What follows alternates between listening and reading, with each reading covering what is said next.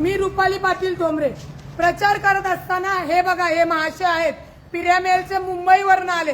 मुंबईमध्ये सुद्धा निवडणुका चालू आहेत.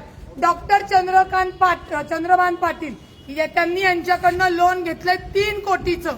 त्याला रिप्लेसमेंटला पैसे दिलेत 1,76,00,000.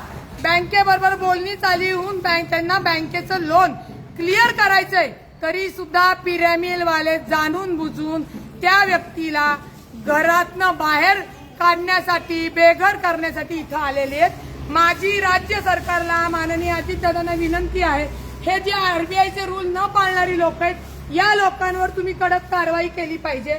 माझा प्रचार सोडून मला इथं यावं लागलं, कारण का माझ्या प्रचारापेक्षा एखाद्याचं घर वाचणं गरजेचं आहे.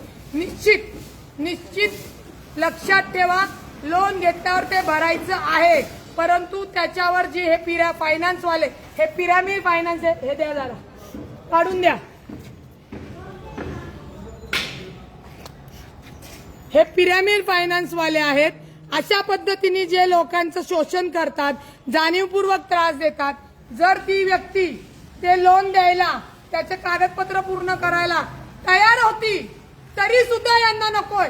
3 कोटीचे 1,76,00,000 भरलेले आहेत, उरलेले ते भरणार आहेत. पण इलेक्शन लागल्यामुळे सगळ्या गोष्टीवर कुठेतरी प्रतिबंध येतो.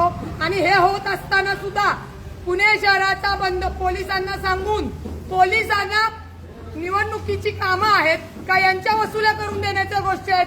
सीपी साहेबांनी कसं काय यांना इथं परमिशन दिली, या सगळ्या गोष्टीचा विचार झाला पाहिजे. आणि मी तुम्हाला परत सांगते की तुम्हाला त्यांनी लेटर दिलं ते आपण कोर्टात आउट ऑफ द भुजंग इकडे या